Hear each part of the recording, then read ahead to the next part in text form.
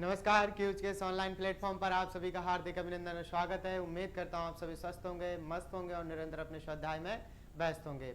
आज हम हमारी कक्षा के अंदर अध्ययन करने वाले हैं इन क्वेश्चंस पेपर को। तो चलिए बिना समय खराब किए करें शुरुआत। पहला ही क्वेश्चन है आपके सामने, बेहद ही प्यारा, कि कौन सा बल अभिनैतिक रचना के लिए उत्तरदायी है। तो वो आपका कौन सा है? भूपर्पटीय संपीड़न बल। थोड़ा सा व्याख्या करते हुए आगे की ओर बढ़ेंगे कि भूपर्पटीय संपीड़न बल अभिनैतिक रचना के लिए उत्तरदायी है जब दो क्षैतिक बल, कौन से? जब दो क्षैतिक बल एक ही दिशा में या दो दिशाओं के आमने सामने कार्य करते हैं तो संपीड़न होता है। या तो वो एक दिशा में या एक दूसरे की दिशा में काम करें तो क्या होता है? संपीड़न। इस कारण चट्टानों में बलन तथा संबलन बढ़ जाते हैं, जिसके परिणाम स्वरूप अभिनातिक रचना का निर्माण होता है और पृथ्वी के अंतर्जात बल द्वारा उत्पन्न क्षैतिज संचलन द्वारा भूपर्पटीय चट्टानों में संपीड़न की स्थिति उत्पन्न हो जाती है। तो चट्टानों में लहरनुमा मोड़ पाए जाते हैं, इस तरह के मोड़ों को बलन कहा जाता है। चट्टानों में जो लहरदार मोड़ पाएंगे उनको तो क्या कहेंगे? बलन। और जब क्षैतिज दिशा में एक दूसरे के सामने बल लगाएंगे तो उसे क्या कहेंगे? संपीड़न। ठीक है, चलिए नेक्स्ट क्वेश्चन की ओर। आगे आपका पदस्थली, पेडिप्लेन तथा इंसेल वर्ग किस क्षरण चक्र की वृद्धावस्था के लक्षण है? तो किसकी है? आपके एक तो पदस्थली और दूसरा इंसेल वर्ग, दोनों के दोनों किसके हैं? शुष्क के। क्योंकि वृद्धावस्था के लक्षण है, इस प्रकार की भू आकृतियां अफ्रीका के अर्ध शुष्क तथा सवाना प्रदेशों में मिलती हैं। पदस्थली, इंसेल वर्ग अफ्रीका के कौन से? अर्ध शुष्क और किसमें? सवाना प्रदेशों में मिलती हैं। और ये किसकी हैं? दोनों की दोनों। तो ये दोनों की दोनों हैं आपकी शुष्क की। किसकी है? शुष्क की। नेक्स्ट क्वेश्चन की ओर चलते हैं और नेक्स्ट क्वेश्चन है क्वेश्चन नंबर 3। निम्नलिखित में से कौन सा शब्द समान प्रक्रियाओं को नहीं दर्शाता? जो समान प्रक्रिया उनको कौन नहीं दर्शाता? तो वो नहीं दर्शाता आपका अपशल्कन। कौन सा? अपशल्कन। पटल विरूपण, बलन तथा आवलन शब्द समान प्रक्रियाओं को दर्शाता है। कौन कौन सा? एक तो बलन, आवलन और एक पटल विरूपण। ये दोनों क्या दर्शाएगा? प्रक्रियाओं को दर्शाता है। वो भी कौन सी वाली? समान होंगी। जो सभी प्रक्रिया प्लेटों के संचलन तथा संपीड़न द्वारा निर्मित होती हैं। और जो सभी प्रक्रियाएं प्लेटों के एक तो संचलन से और संपीड़न से निर्मित होंगी। याद रखना, पटल विरूपण, बलन और आवलन शब्द समान प्रक्रियाओं को दर्शाते हैं। और हमेशा जो प्रक्रिया है उसमें क्या होगा? जो संपीड़न है उसके द्वारा निर्मित होंगी। और किसके द्वारा? प्लेटों के संचलन से। जबकि अपशल्कन इनसे भिन्न है। आगे आपका क्वेश्चन नंबर 4। निम्नलिखित में से किसमें बहाव की दिशा में चट्टानों के बनावट के द्वारा नियंत्रित होती है? तो ये किसके द्वारा? अनुवर्ती के द्वारा। किसी भी क्षेत्र में सर्वप्रथम अनुवर्ती सरिता का उद्भव होता है। किसी भी क्षेत्र में सर्वप्रथम अनुवर्ती किसका? सरिता का उद्भव होता है। ये सरिताएं क्षेत्रीय धरातल के आरंभिक ढाल के अनुरूप प्रवाहित होती हैं, अर्थात अनुवर्ती नदियां प्रादेशिक ढाल का अनुसरण करती हैं। याद रखना, अनुवर्ती जो नदियां हैं वो किसका अनुसरण करती हैं? प्रादेशिक ढाल का। आगे आपका सूची 1 को सूची 2 के साथ में मिलाना है और हम सीधे मिलेंगे, मतलब मिलाए पढ़ेंगे। ठीक है, तो चलिए मिलाइए। पहला है आपका वायु चरण, ये बरखान। क्या? वायु का एक स्थान से दूसरे स्थान पर जब निक्षेपण कर दिया जाता है मृदा का, तो उसे क्या कहते हैं हम? बरखान। और बरखान हमें मरुस्थलों में देखने को मिलते हैं। यानी वायु से किसका निर्माण होता है? बरखानों का। और भूजलीय हास, इससे क्या होगा? स्टेलेग्माइट। और हिमनदीय जमाव से ड्रमलिन का। और नदी अपर्दन से समतलीकृत। ठीक है ना। चलिए नेक्स्ट क्वेश्चन की ओर। जलारेख हाइड्रोग्राफ की सहायता से क्या अंकित किया जा सकता है? तो इसकी सहायता से क्या अंकित किया जा सकता है? बिल्कुल, जल निकास। किसकी सहायता से? तो हाइड्रोग्राफ की सहायता से। आगे, जबकि वायुदाब मापने के लिए बैरोमीटर, वायुदाब मापने के लिए किसका प्रयोग किया जाएगा? बैरोमीटर। और वायु की गति मापने के लिए एमेनोमीटर। ठीक, वायुदाब, बैरोमीटर। और आपको वायु की गति मापनी है तो एनीमोमीटर, और वायुदाब मापना है तो बैरोमीटर। आगे आपका वातावरण में क्लोरोफ्लोरोकार्बन की वृद्धि निम्नलिखित में से संबंध है? किससे संबंध है वो हमें बतानी है। तो ये किससे संबंधित है? ओजोन हाथ से। हमने देखा CFC गैस ओजोन हाथ में क्या कर रही है? अपनी महत्वपूर्ण भूमिका या सर्वाधिक भूमिका निभाने का योगदान दे रही हैं ओजोन डिप्लेशन में। और ओजोन डिप्लेशन में हमने पढ़ा था ओजोन में छिद्र कहाँ देखने को मिला है, अंटार्कटिका महाद्वीप पर। कहाँ पर देखने को मिला है, अंटार्कटिका महाद्वीप पर। नेक्स्ट क्वेश्चन की ओर चलते हैं हम। इससे पहले थोड़ा सा वातावरण में क्लोरोफ्लोरोकार्बन की वृद्धि ओजोन हाथ से संबंध है। क्लोरोफ्लोरोकार्बन यौगिक प्रशीतकों जैसे रेफ्रिजरेटर एरोसॉल्स से प्राप्त होता है। ध्यान रखना जो क्लोरोफ्लोरोकार्बन है आपका CFCS आपके एक तो शीतलक पदार्थों से या जो शीतलक जो ठंडे प्रदान करते हैं उनसे प्रदान होता है या निकलता है, जैसे रेफ्रिजरेटर एरोसॉल्स, ठीक है ना। ये वायुमंडल में रेफ्रिजरेटरों एयर कंडीशनर स्प्रे और औद्योगिक पदार्थों से निष्कासित या निष्कासित होता है, ठीक है ना। आगे आपका भूकंप के उद्गम बिंदु को क्या कहते हैं, बिल्कुल भूकंप के उद्गम बिंदु को हम कहते हैं सिस्मिक फोकस। क्या कहते हैं, सिस्मिक फोकस। देखिए भूकंप के कारण जब धरातल पर कंपन होता है, भूकंप के कारण जब धरातल पर कंपन होता है उसे प्रघात कहते हैं। जैसे धरातल पर ये भूकंप का यहाँ से प्रारंभ हुआ और ये धरातल मान ली, ठीक है ना, यह धरातल मान ली, तो इसे हम क्या कहेंगे, जब कंपन होगा तो प्रघात। और भूकंप के मूल उद्गम स्थल की उद्गम केंद्र या सिस्मिक केंद्र फोकस कहते हैं। इसको हम क्या कहेंगे, फोकस, ठीक है ना। आगे केंद्र के ठीक ऊपर भूतल पर स्थित भूकंप का अधिकेंद्र कहते हैं। और इस वाले क्षेत्र को जो ठीक जैसे पृथ्वी की सतह पर दिखाई देता है उसे कहेंगे अधिकेंद्र। वापस से समझना, इस वाले क्षेत्र को तो कहेंगे अधिकेंद्र। क्या कहेंगे, अधिकेंद्र। इसको कहेंगे फोकस। और यहाँ पर जो पृथ्वी पर हलचल देखने को मिलेगी उसे कहेंगे प्रघात। ये किसके कारण है, भूकंप के। चलिए नेक्स्ट क्वेश्चन की ओर। नेक्स्ट क्वेश्चन है क्वेश्चन नंबर 9। तो क्वेश्चन नंबर 9 क्या कहता है, भूतलीय ताप व्यतिक्रम निम्नलिखित से संबंधित है। किससे संबंधित है वो हमें बताना है। चलिए तो बिल्कुल किससे संबंधित है, ऊपर पहुंच गया, बिल्कुल किससे संबंधित है। तो ये आपको देखने मिलता है किसके साथ, ऊंचाई बढ़ने के साथ साथ ताप बढ़ता जाता है। जैसे जैसे ऊंचाई बढ़ती जाएगी टेम्परेचर क्या होता जाएगा, बढ़ता चला जाएगा। थोड़ी सी व्याख्या, सामान्य नियम अनुसार क्षोभ मंडल में ऊंचाई के साथ साथ तापमान घटता जाता है। सामान्य नियम के अनुसार क्या होता है, जो क्षोभ मंडल है पृथ्वी का सबसे निचला मंडल है जिसके अंदर हमें आकाशीय घटना, विद्युत, पानी बरसना सब किसके अंदर देखने को मिलता है, क्षोभ मंडल को देखने को मिलता है। तो इसके साथ साथ तापमान घटता जाता है। परंतु इस सामान्य ताप पतन के विपरीत कभी कभी कालिक या स्थानीय रूप से ऊंचाई के साथ तापमान बढ़ता जाता है। इसे ऋणात्मक ताप पतन की दर की संज्ञा दी जाती है। इस क्रिया के कारण नीचे अपेक्षाकृत ठंडी वायु की परत और उसके ऊपर गर्म वायु की परत स्थित हो जाती है और इस दशा का तापमान है वो प्रतिलोभन कहा जाता है। क्या होता है, वैसे सामान्यतः जब जब ऊपर जाएंगे क्या होगा, टेम्परेचर घटता जाता है, ठीक है ना।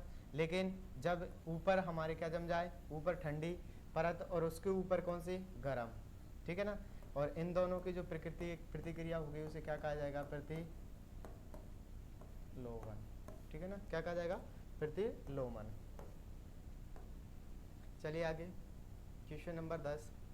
और क्वेश्चन नंबर 10 क्या कह रहा है, जलवायु वर्गीकरण में वाष्पन और वाष्पोजन की अवधारणा का उपयोग किसके द्वारा किया गया था। ये आपका किया गया था किसके द्वारा, थानथवेट के द्वारा। किसके द्वारा किया गया था, थानथवेट के द्वारा। जलवायु वर्गीकरण में वाष्पन या वाष्पोत्सर्जन की जो अवधारणा है उसका उपयोग थानथवेट के द्वारा किया गया था। और थानथवेट ने 1931 में अपना वर्गीकरण प्रस्तुत किया था। किसने, थानथवेट ने, कब, 1931 में। किसके आधार पर, तो वाष्पन वाष्पोत्सर्जन की क्रिया के आधार पर। थानथवेट ने अपने वर्गीकरण में जलवायु प्रदेश की सीमाओं का निर्धारण वनस्पति को आधार न मान करके वर्षा, किसको, वर्षा, संभाव्य वाष्पोत्सर्जन को आधार माना। और वाष्पोत्सर्जन तापीय दक्षता तथा जल के ह्रास का सूचकांक है।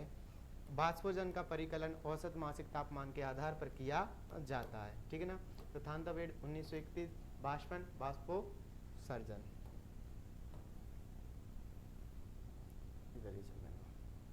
आगे आपका क्वेश्चन नंबर 11। क्वेश्चन नंबर 11 क्या कहता है कि समुद्र तल के परिवर्तन किसके द्वारा होते हैं। जो समुद्र तल में हमें परिवर्तन देखने को मिलते हैं वो किसके द्वारा देखने को मिलते हैं, तो बताइए। आपका ये किसके द्वारा मिलते हैं? सुस्थिक परिवर्तन। कौन से होते हैं? सुस्थिक परिवर्तन, यानी समुद्र तल में परिवर्तन प्राकृतिक तथा मानवीय कारणों से हो रहा है। दोनों कारण रहते हैं इसके। निम्नलिखित में से कौन सा द्वीप प्रवाल द्वीप है? तो कौन सा द्वीप प्रवाल द्वीप है? बिल्कुल लक्षद्वीप। कौन सा द्वीप है? प्रवाल द्वीप है, जिसके चारों तरफ क्या है? प्रवाल देखने को मिलता है। लक्षद्वीप में कुल द्वीपों की संख्या 36 है। इसके अधिकांश द्वीप कोरल तथा एटॉल हैं। कौन कौन से हैं? कोरल और एटॉल हैं। लक्षद्वीप की राजधानी कवारती है और लक्षद्वीप एकमात्र हवाई बेड़ा अगाती द्वीप पर स्थित है। लक्षद्वीप किस पर स्थित है? तो आपका हवाई बेड़ा अगाती द्वीप पर स्थित है। नेक्स्ट चलते हैं हम क्वेश्चन नंबर 13। निम्नलिखित में से किस राज्य में चिपको आंदोलन आरंभ किया गया था? बिल्कुल, तो सबको पता है चिपको आंदोलन उत्तराखंड। ठीक, नेक्स्ट चलते हैं आगे। यार आगे क्या कहता है हमसे?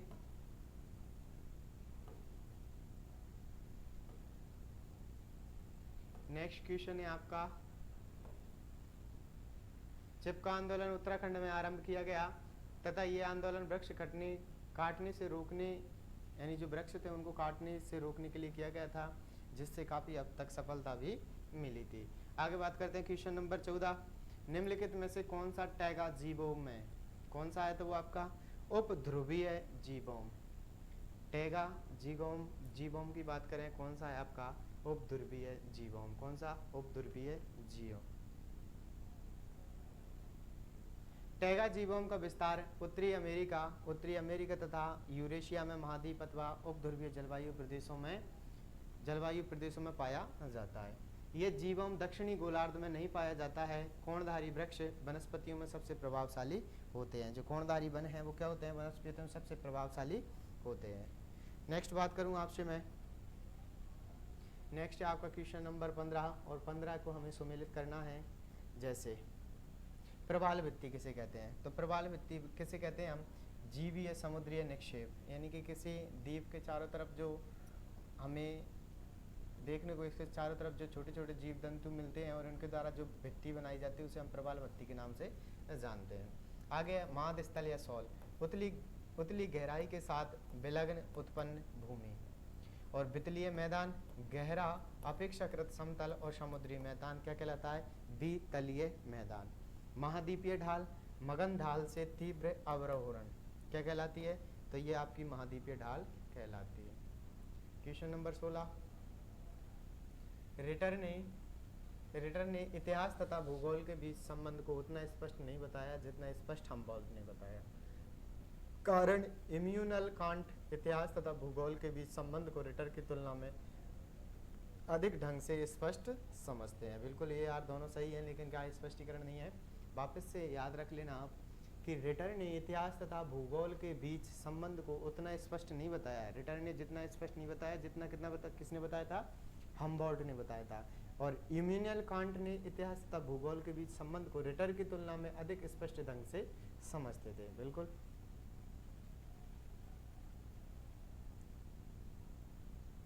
चलिए नेक्स्ट क्वेश्चन की ओर, और नेक्स्ट क्वेश्चन है क्वेश्चन नंबर 17। क्वेश्चन नंबर 17 क्या कहता है कि अलेक्जेंडर बोन हम्बोल्ट की पुस्तक कॉस्मोस उनकी निम्नलिखित में से महाद्वीप की यात्रा पर आधारित है। तो किसकी यात्रा पर आधारित है? तो ये आपकी दक्षिण अमेरिका पर। कौन की? अलेक्जेंडर बोन हम्बोल्ट की पुस्तक कौन सी है? कॉस्मोस। आगे पढ़ना थोड़ा सा। भूगोल की विषय वस्तु का विचार करते हुए हम्बोल्ट ने एक नया पदनाम विश्व रचना दिया और इसे ब्रह्मांड वर्णन एवं भूगोल में विभाजित किया गया। हम्बोल्ट थे वो आगमनात्मक विधि में विश्वास करते थे और उन्होंने अनुसंधान की जो अनुवांशिक विधि के महत्व पर बल दिया। हम्बोल्ट भूगोल व मौसम विज्ञान का प्रारंभ करता था। याद रखना, हम्बोल्ट भूगोल तथा मौसम विज्ञान का प्रारंभिक करता था। चलिए फिर है, हम्बोल्ट की जर्मनी के अकादमिक क्षेत्र में कोई निकट अनुयायी नहीं थे क्योंकि उनके पास कोई अकादमिक पद नहीं था। कारण हम्बोल्ट के सही अनुयायी वैज्ञानिक यात्री थे। बताओ, ये गलत है परंतु आर सही है। तो मतलब ये सही है कि हम्बोल्ट के सही अनुयायी वैज्ञानिक यात्री थे, बिल्कुल थे। आगे आपका क्वेश्चन नंबर 19 और क्या कहता है ये, प्रकृति मनुष्य को किसी विशिष्ट मार्ग पर नहीं चलाती। प्रकृति है वो मनुष्य को किसी विशिष्ट मार्ग पर नहीं चलाती, लेकिन वह अनेक संभावनाएं प्रस्तुत करती है जिसमें से मनुष्य को चुनने की स्वतंत्रता होती है। इस कथन का निहितार्थ है, तो इस कथन का निहितार्थ है कि संभववादी उपागम। क्या? संभववादी उपागम। आगे, उपरोक्त कथन का निहितार्थ संभववादी उपागम से है संभववाद की बात सर्वप्रथम फेब्रे महोदय के बाद में इसको विकसित करने का कार्य बाइडल डी लॉब्सॉस ने किया था, और संभववादी उपागम का विकास मुख्यतः फ्रांस में हुआ, और इसे प्रभुता को स्वीकार करती है। क्या करती है ये मानव की प्रभुता को स्वीकार करती है। कौन सी? संभववादी विचारधारा। और इसका श्रेय किसे जाता है? बाइडल डी ब्लास को। कुछ नाम दिए गए हैं और उनके हमें मिलान करना है कि किस देश से संबंधित थे। चलिए, तो आपके हैं एलेक्जेंडर वॉन हम्बोल्ट, ये जर्मनी के थे। एलेक्जेंडर वॉन हम्बोल्ट कहाँ के थे? जर्मनी के। एलन चर्चिल सैंपल यूएसए के। पीटर हैगेट यूके के। और Jean Brunhes France. Peter Haggett UK और एलन चर्चिल सैंपल यूएसए के, और वॉन हम्बोल्ट जर्मनी के। आगे आपका नगरीय पर्यावरण का ह्रास विभिन्न कारकों से होता है। तो किन कारकों से होता है? आपका होता है सभी कारकों से, यानी निलंबित विविक्त पदार्थ SPM से, प्रदूषित जल से, कार्बन डाइऑक्साइड से, यानी उत्सर्जन से। किस किस से होता है ये नगरीय ह्रास? आपका प्रदूषित जल से, निलंबित विविक्त पदार्थ जैसे आपके अवशिष्ट कचरा वगैरह हैं उनके द्वारा, आगे कार्बन डाइऑक्साइड CO को, और यानी उत्सर्जन से भी देखने को मिलता है, क्योंकि ये सभी के सभी क्या करते हैं? विभिन्न प्रकार की बीमारियों को बढ़ावा देने का काम करते हैं। आगे आपका नगरीय जनसंख्या में वृद्धि ग्रामीण जनसंख्या वृद्धि से अधिक तेज रफ्तार से होती है, क्योंकि हम देखते हैं कि नगरों में जो जनसंख्या वो वृद्धि अधिक तेजी से हो रही है गांवों की अपेक्षा। क्या कारण है इसके? इसका कारण है कि बड़ी जनसंख्या में व्यक्ति नगर केंद्रों की ओर प्रवासन करते हैं, क्योंकि जब लोगों के पास में चिकित्सा, स्वास्थ्य और अन्य भौतिक सुख सुविधाओं का लाभ प्राप्त करने की वजह से वो शहरों की ओर पलायन कर जाते हैं। आगे आपका नगरों के वर्गीकरण का सबसे महत्वपूर्ण आधार है, तो वो है आपका जनसंख्या। विश्व के कोई भी दो नगर एक से नहीं है। सभी नगर अपने आकार, प्रकार, बसाव, स्थिति, कार्यों आदि की दृष्टि से एक दूसरे से भिन्न देखने को मिलते हैं। नगरों के वर्गीकरण का सबसे महत्वपूर्ण आधार जनसंख्या है। इसके अतिरिक्त आकार, स्थिति तथा उनके द्वारा किए गए कार्यों के आधार पर नगरों को विभिन्न वर्गों में विभाजित किया जा सकता है, परंतु एक भूगोलवेत्ता की दृष्टि से नगर का इस प्रकार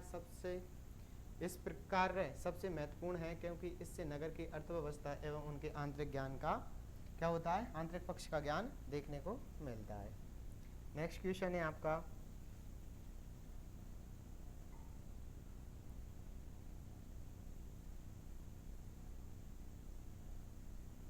नेक्स्ट क्वेश्चन क्या कहता है?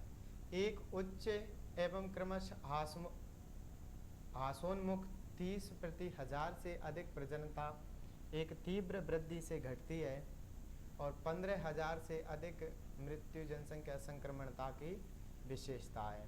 ये क्या बताती है कि सबसे पहले तो आपकी एक उच्च क्रमश हासोन्मुख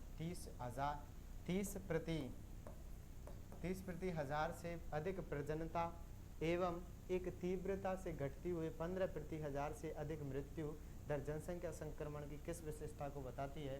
तो ये इसकी अवस्था को बताती है, द्वितीय अवस्था। चलिए थोड़ा सा और पढ़ लेते हैं इनकी अवस्थाओं को। जैसे जनांकीय संक्रमण की द्वितीय अवस्था में जन्म दर 35/1000 और मृत्यु दर 25,000 से 35,000 के मध्य पाई जाती है।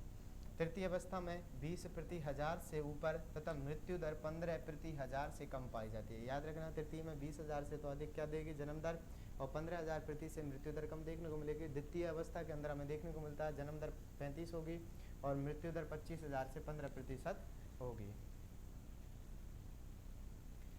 चतुर्थ अवस्था में जन्म दर तथा मृत्यु दर दोनों निम्न पाई जाती हैं। जो चतुर्थ अवस्था में तो उसके क्या जन्म दर मृत्यु दर दोनों कम पाई जाती हैं। तृतीय में 20 प्रति 1000 से ऊपर तो जन्म दर देखने को मिलेगी, मृत्यु दर कितने को देखने को मिलेगी 15% या 15 प्रति 1000। और जननांकीय संक्रमण की द्वितीय अवस्था में जन्म दर 35 प्रति 1000 से ऊपर पाई जाती है और मृत्यु दर 25,000 से 15,000 प्रति दर पाई जाती है। ठीक, जब किसी क्षेत्र की जनसंख्या घनत्व कुल जनसंख्या को कुल कृषि क्षेत्र में विभाजित करके ज्ञात किया जाता है।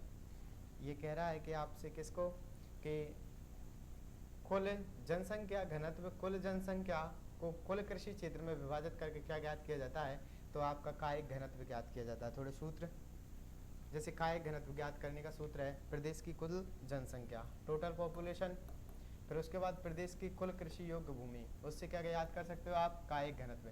फिर आर्थिक घनत्व याद करना तो देश की कुल जनसंख्या और देश के संपूर्ण साधन का मूल्य। ठीक है ना।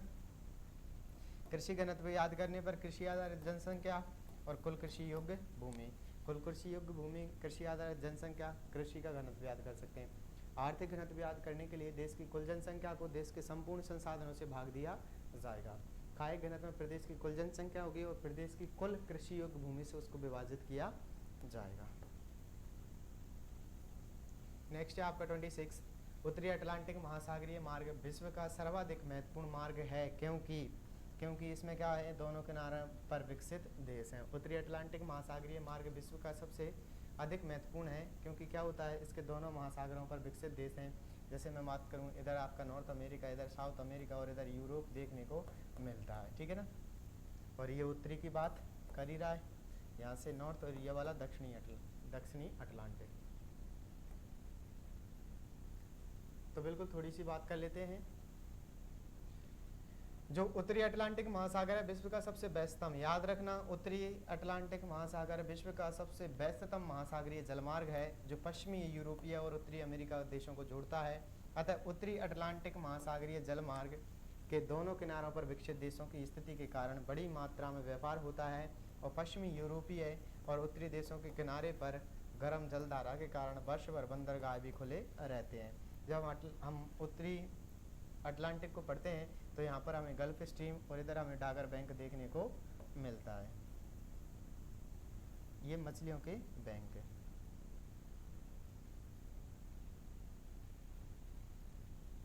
ठीक, नेक्स्ट बात करते हैं हम, निम्नलिखित में से कौन से बगाती कृषि नहीं है। कॉफी की कृषि बगाती होती है बिल्कुल, चाय की कृषि बगानी कृषि है, लवर लैक्टोस उत्पादन कौन सी है बगाती है, लेकिन सोयाबीन की कृषि है वो बगानी कृषियों के अंदर नहीं आती। नेक्स्ट क्वेश्चन है आपके सामने,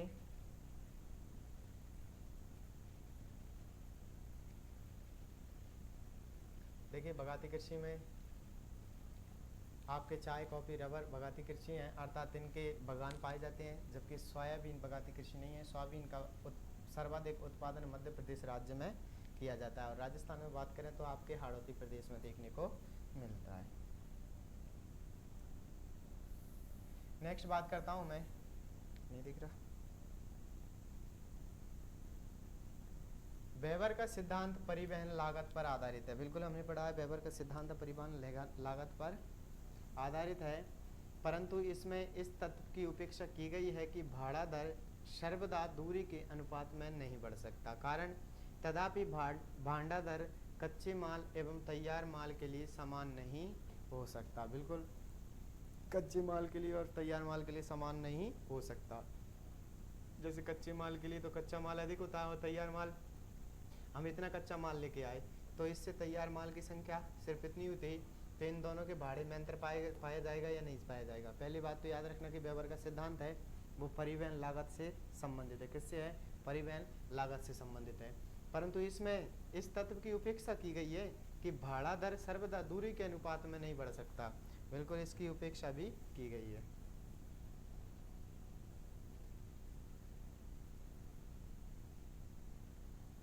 ठीक है ना। तो हालांकि पढ़ने की जरूरत नहीं है, हमने पिछली कक्षाओं के अंदर इनमें अच्छे से बात कर ली। जो नए क्वेश्चंस होंगे उनको ही सॉल्व करते हुए चलते। क्वेश्चन नंबर 29, निम्नलिखित में से कौन सा एक बृहद पैमाने वाला मानचित्र है? तो बिल्कुल कौन सा है आपका? 1:25,000। ठीक है, ये क्या देखने को मिलता है? बृहद पैमाने वाला मानचित्र देखने को मिलता है।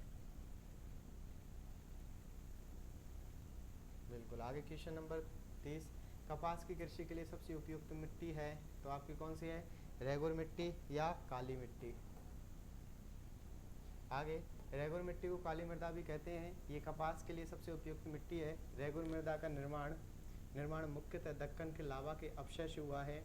इस मृदा में लोहा, चूना, कैल्शियम, पोटास, एल्यूमिनियम, मैग्नीशियम और कार्बोनेट की प्रचुरता पाई जाती है, परंतु इसमें नाइट्रोजन, फास्फोरस तथा जैव पदार्थों की कमी पाई जाती है। देखिए, रेगुर मिट्टी के कपास के लिए प्रसिद्ध है। काली मिट्टी जिसे बोला जाता है, इसके अंदर आपके जो तत्व हैं कैल्शियम, पोटेशियम, एल्यूमिनियम, मैग्नीशियम, लोहा, चूना इसके अंदर देखने को मिलते हैं। क्वेश्चन नंबर 31 है, कथन है तत्काल साफ किए गए वनों की अछूती मिट्टियाँ कॉफ़ी के सर्वोच्च उत्पादन के लिए उत्तरदायी हैं। ठीक, बिल्कुल। तत्काल साफ किए गए जो मैदान होते हैं, जो वन हटा दिए जाते हैं उन पर से, तो जो उसकी अछूत मिट्टियाँ होती हैं वो कॉफ़ी के उत्पादन के लिए सर्वोच्च उत्तरदायी हैं। कॉफ़ी एक मिट्टी रेचक फसल है। बिल्कुल, दोनों के दोनों सही। आपका है क्वेश्चन नंबर 31 और क्वेश्चन नंबर 31 क्या कहता है? क्वेश्चन नंबर 31 कह रहा है, सॉरी 32 और 32 कह रहा है कि सांस्कृतिक भूदृश्य दर्शाता है वातावरण पर मानव प्रभाव को। किस प्रकार से दर्शाता है वो हमें बताना है। ठीक,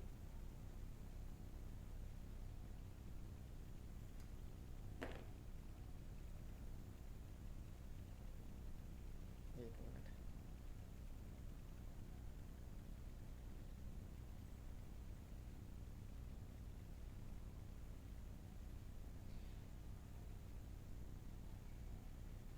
क्या हो रहा है इसके? ठीक नहीं गिर रहा है? कौन सा रह जाएगा? बिल्कुल बिल्कुल, 31 को सॉल्व कर रहे थे हम। 31 सॉल्व हो गया था, 32 है। तो 32 में हमें क्या कहना है वो हमें देखना है। सांस्कृतिक भूदृश्य दर्शाता है, तो यह दर्शाता है आपके पारिस्थितिकी प्रभावों को। किसको दर्शाता है? पारिस्थितिक कारकों का प्रभाव। जैसे सांस्कृतिक वातावरण में विभिन्न संस्कृति के लोग रहते हैं जिन पर पारिस्थितिकी कारकों का प्रभाव अधिक रहता है। इसमें पश्चिम अफ्रीका के फुलानी तथा पूर्वी अफ्रीका पठार के मसाई के तरह पशुपालन, दूसरी तरफ नाइजीरिया के हाउसा जैसे व्यावसायिक कृषक भी निवास करते हैं, और इन दोनों की या इनकी जो संस्कृति आपस में क्या होती है? मैच होती है। तो सांस्कृतिक भूदृश्य दर्शाता है, क्या दर्शाता है? पारिस्थितिकी कारकों के प्रभाव को। आगे क्वेश्चन नंबर 33, और निम्नलिखित में से किस जिले में जनजातीय बहुलता है? तो किस में देखने को मिलती है? बस्तर में। किस में? बस्तर में। और बस्तर किसका है? छत्तीसगढ़ का। आगे बात करता हूँ मैं। आदिकालीन व्यक्ति जो कालाहारी मरुस्थल में रहते हैं जाने जाते हैं बुशमैन के नाम से। याद रखना, बुशमैन जनजाति कहाँ पाई जाती है? कालाहारी मरुस्थल में। ठीक है ना।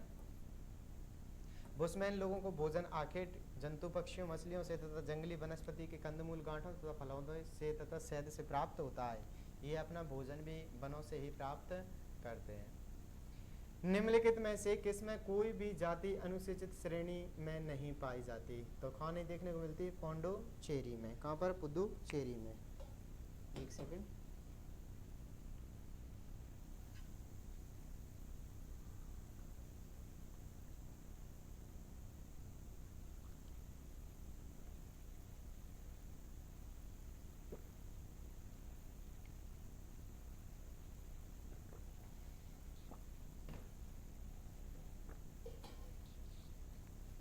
चलिए करिए, बताइए किस में नहीं पाई जाती? बिल्कुल कहानी देखने को मिलती, तो ये आपके पुडुचेरी में।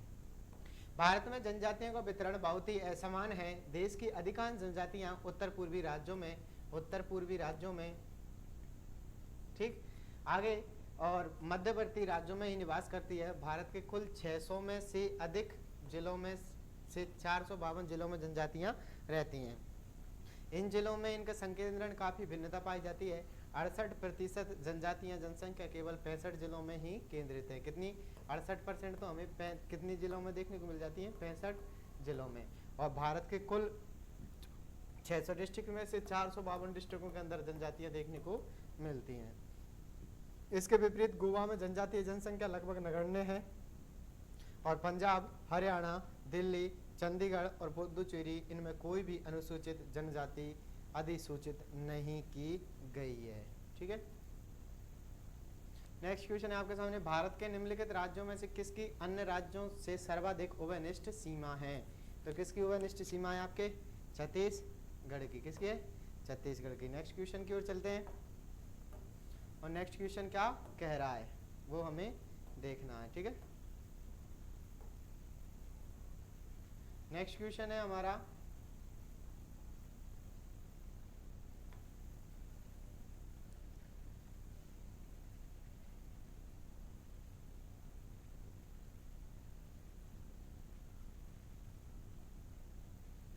थोड़ा सा छत्तीसगढ़ के बारे में देख लेते हैं कि किस किस से उभयनिष्ठ है सीमा। तो किस किस से देखने को मिलती है? ये छत्तीसगढ़ राज्य के उत्तर प्रदेश, झारखंड, उड़ीसा, मध्य प्रदेश, महाराष्ट्र, छत्तीसगढ़, आंध्र प्रदेश राज्य की सीमा 7 राज्यों से मिलती है। 7वें राज्य के रूप में तेलंगाना जुड़ा हुआ है। क्वेश्चन नंबर 37 है, निम्नलिखित लक्षणों में से कौन मानवीय विकास का माप नहीं है? मानवीय विकास जिसके द्वारा नहीं मापा जा सकता वो कौन सा है? तो देखिए, साक्षरता के द्वारा मापा जा सकता है, प्रति व्यक्ति के द्वारा मापा जा सकता है और जीवन प्रतिशत। और मैं बात करूं जीवन प्रति व्यक्ति है वो आपके सही विकास को दर्शाता है, लेकिन उपभोक्ता व्यय को नहीं माप सकते। ठीक है ना। आगे क्वेश्चन नंबर 38, विकसित देशों में नगरीकरण का स्तर एक दीर्घ एस वक्र का अनुसरण करता है। भारत में नगरीकरण का स्तर एक करीब करीब सीधी रेखा का अनुसरण करता है। ठीक है ना। अब इसमें से हमें बताना है कौन सा सही है। देखिए, ए सही है क्योंकि विकसित देशों में जो नगरीकरण का स्तर है वो एक दीर्घ एस वक्र का अनुसरण करता है। किसका? एक दीर्घ बड़े एस वक्र का नियंत्रण या अनुसरण करता है। ठीक है। आगे आपका, विकसित देशों में नगरीकरण का स्तर एक दीर्घ वक्र एस का अनुसरण करता है, ये कथन सत्य है, लेकिन भारत में नगरीकरण का जो करीब करीब सीधा करता है ये कथन क्या है? असत्य है। आगे आपका क्वेश्चन नंबर 39, निम्नलिखित में से कौन सा शब्द महानगरीय प्रदेश को परिभाषित करने के लिए उपयुक्त नहीं है? यानी जो महानगर की विशेषता बताता हो। देखिए, औपचारिक, कार्यकारी, जातिगत और आर्थिक। तो क्या नहीं कर सकता? आर्थिक। नगरीय क्षेत्र में आर्थिक क्रियाकलाप सबसे अधिक मात्रा में संचालित होती है। ध्यान रहे कि ये नगरीय क्षेत्रों का वर्गीकरण या आर्थिक क्रियाकलाप जनसंख्या, आधुनिक संसाधन, उच्च शैक्षिक स्तर के आधार पर किया जाता है।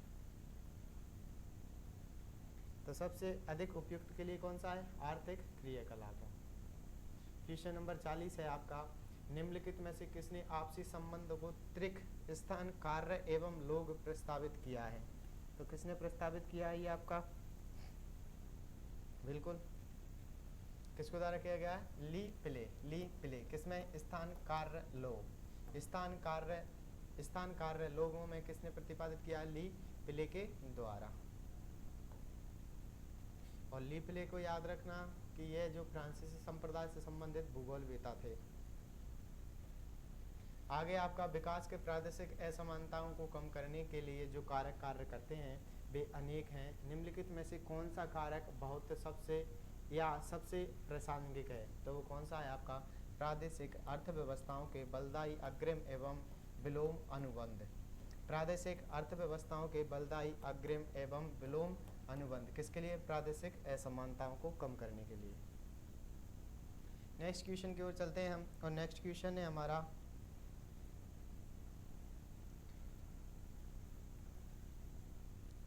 बयालीसवां, निम्नलिखित राज्यों में से कौन सा राज्य मछली पकड़ने की दृष्टि से सबसे आगे है? बताओ, कौन सा राज्य है जो मछली पकड़ने की दृष्टि से सबसे आगे है? तो कौन सा आपका? पश्चिम बंगाल। क्योंकि पश्चिम बंगाल के अंदर क्या होता है कि इसके जो तटरेखा है वो कटी फटी है और मछली पकड़ने के लिए अनुकूल परिस्थितियाँ या अनुकूल उचित प्रतिक्रियाएं या उचित संभावनाओं को प्रदर्शित करती हैं। नेक्स्ट है आपका क्वेश्चन नंबर 43। निम्नलिखित में से कौन सी नदी हिमालय से पुरानी है? इनमें से कौन सी नदी है जो हिमालय से पुरानी है? तो ये आपकी कौन सी देखने को मिलती है? सतलज। सतलज नदी का विकास हिमालय निर्माण के पूर्व हुआ था। हिमालय के विकास के उपरांत भी ये नदी अपने ढाल का ही अनुसरण कर कर बहती है, जिस कारण ये पूर्ववर्ती नदियों की श्रेणी में आती है। तो ध्यान रखना, सतलज पूर्ववर्ती नदियों की श्रेणी में आती है, ये हिमालय से पहले की है। आगे है क्वेश्चन नंबर 44। निम्नलिखित में से किस राज्य में फरवरी 2005 में सर्वाधिक हिमपात हुआ था? तो ये हुआ था आपके सिक्किम में। यह आंकड़ा इतना मुश्किल तो नहीं है। आगे चलिए, निम्नलिखित में से कौन सा सही है? इनमें कौन सा सही है? तो आपका सही है हमेशा अंक गणितीय माध्य संख्यात्मक मूल्य है। जो अंक गणितीय माध्य है वो संख्यात्मक मूल्य है, क्योंकि सभी जो किसी श्रृंखला के सभी पदों के मूल्यों के जोड़ को उनकी कुल संख्या से भाग देने पर जो प्राप्त होता है अंकगणितीय माध्य है, या उसे क्या कहते हैं हम समांतर माध्य कह देते हैं। आगे क्वेश्चन नंबर 46। निम्नलिखित में से कौन विसर्जन के अध्ययन के लिए सबसे उपयुक्त है? तो प्रमाणिक विचलन। कौन सा? प्रमाणिक विचलन। प्रमाणिक विचलन विसर्जन के अध्ययन के लिए सबसे उपयुक्त एवं अत्यंत संतोषजनक विधि है। इसका प्रयोग सबसे अधिक होता है। इसका प्रयोग सबसे पहले कार्ल प्रियसन, किसने? कार्ल प्रियसन ने किया। इसे विचलन वर्ग माध्य मूल्य भी कहा जाता है। इसे किस नाम से जाना जाता है? विचलन वर्ग माध्य मूल्य भी कहा जाता है। इसे ग्रीस भाषा के अक्षर सिग्मा द्वारा व्यक्त किया जाता है। ठीक, नेक्स्ट क्वेश्चन की ओर चलते हैं हम। और नेक्स्ट क्वेश्चन है हमारा, आइसोक्रोन मानचित्र निम्नलिखित को जोड़ने वाली रेखाओं को प्रदर्शित करता है। तो हमने कल भी पढ़ा था इनके बारे में। ये किसको प्रदर्शित करता है? तो समयात्रा समय को। किसको? समयात्रा समय को। आइसोक्रोन मानचित्र समयात्रा समय को जोड़ने वाली रेखा है। सम परिवहन लागत आइसोडोफेन रेखा पर दर्शाया जाता है। अगर परिवहन लागत समान है तो उससे किससे दर्शाएंगे? आइसोडोफेन से। और आइसो कौन से? मानचित्र पर समयात्रा समय को जोड़ने वाली रेखाओं को दर्शाने का काम करता है। आपके आगे है क्वेश्चन नंबर 48। और 48 क्या कहता है? डेसीमेट्रिक मानचित्र कोरोप्लेथ मानचित्र का उन्नत रूप है, क्योंकि ये मानचित्र निम्नलिखित को प्रभावी ढंग से दर्शाता है। किसको दर्शाता है? तो ये समांगता एवं तीव्र परिवर्तन को। डेसीमेट्रिक मानचित्र कोरोप्लेथ मानचित्र का उन्नत रूप है, क्योंकि ये समांगता एवं तीव्र परिवर्तन को प्रभावी ढंग से दर्शाता है। ठीक है। और लास्ट क्वेश्चन है आपके सामने, क्वेश्चन नंबर 50वां, और कुछ यहाँ पर दिया गया है, जैसे इसको पढ़ ही लेते हैं। मानव भूगोल में स्थान की अवधारणा के अंतर्गत निरपेक्ष, आपेक्षिक, संबंधनात्मक संकल्पनाओं का उपयोग किया गया है। वास्तविक अवधारणा में स्थान को सुस्पष्ट भौतिक, प्रायोगिक, श्रुत और वास्तविक सत्य माना गया है। आपेक्षक अवधारणा में स्थान को घटनाओं के बीच संबंध माना गया है, और इस प्रकार समय तथा प्रक्रिया से संबंध बन जाता है। संबंधात्मक अवधारणा में स्थान को ज्यामिति के संदर्भ में नहीं देखा जाता, बल्कि यह देखने के लिए कि किस प्रकार स्थानिक संबंध मानवीय क्रियाओं से गढ़े गए हैं, अर्थात किस प्रकार स्थानीय संगठन ये संबंध बताते हैं, इनको दर्शाता है। तो चलिए दोनों क्वेश्चन हैं आपके। भूआकृतिक अध्ययन में स्थान की कौन सी अवधारणा उपयोग की जाती है? तो अभी पढ़ा था आपेक्षिक। कौन सी? आपेक्षिक,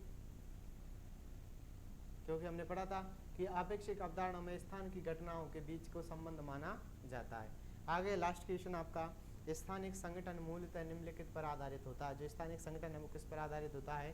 तो स्थानिक संबंधों पर। ठीक है ना, किस पर आधारित होता है? तो ये होता है आपके स्थानिक संबंधों पर आधारित। तो ये तो थी आज की कक्षा, जिसके अंदर हमने 50 क्वेश्चन सॉल्व किए, और अभी 50-50 की सीरीज चल रही है, इसको निरंतर बनाए रखा है। तो आज के लिए सिर्फ इतना ही। मिलते हैं कल की क्लास में, तब तक स्वस्थ रहें, मस्त रहें, निरंतर अपने स्वाध्याय में व्यस्त रहें। कि तू हंस, तू मुस्कुरा, तू रोना कम कर दे, तू जिंदा है तो जिंदगी की नाक में दम कर दे। जय हिंद, जय भारत।